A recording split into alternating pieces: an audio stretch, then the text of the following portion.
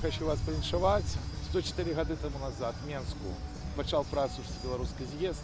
Пашоў, як кажуць, палітычны працэс, які і прывёл да аднаўлення незалежнасці беларускай нацыі ўжо ў 20 стагоддзі.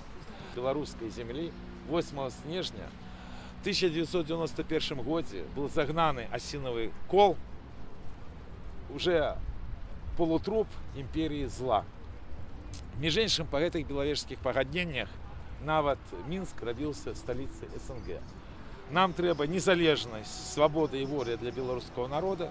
Диктатура банды, с которой стыкнулся белорусский народ 2020 года, это все выбудовывалось праз 3 незаконных и нелегитимных референдумах. И теперь вельми страшно. С одного боку, в Беларуси гуманитарная катастрофа, массовый террор супраць белорусов. Вы все ведаете, что на этом тыдне Ольге Золотар дали 4 гады, и маці 5 детей так нахабно кинуть за краты на 4 гады. Это как раз показывает сутность вот этой лукашенко-путинской банды. И еще раз подкреслю, эта банда склалась праз 3 незаконных и нелегитимных референдума. Тому страшно еще додается, что снова нависает над белорусским народом референдум. Всеми силами с этим треба просто змагаться, бо ніякая тактика тут не допоможет. Треба давать информацию, что влада злочинная, что это банда, что никакого референдума просто быть не может. И еще один вельми страшный момент, который отбывается, все больше и больше милитарные нотки гучать и в Москве, и в інших місцинах. Больше 100 тысяч российских солдат зараз каля межаў Украины. Лукашенко каже, что будет референдум, коли не будет войны, и анонсует, что будут маневры с уделом российских войск каля нашей межи с Украиной.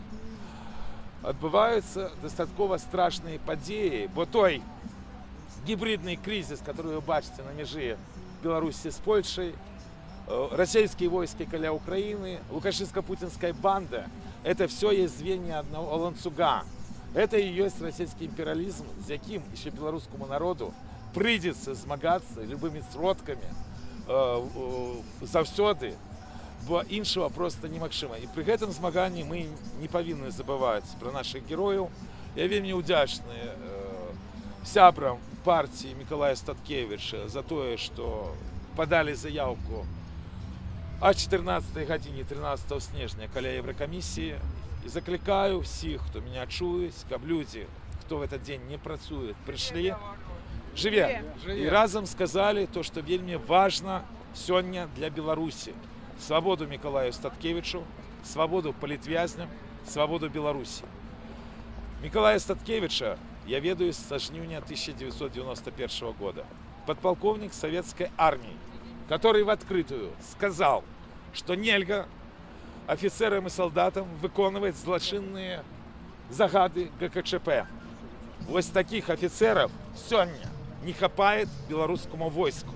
Вот для того, как ратовать Беларусь, те, кто могут, в Варшаве, коли ласка, приходите 13 снежня, 14 године до будинка Еврокомиссии.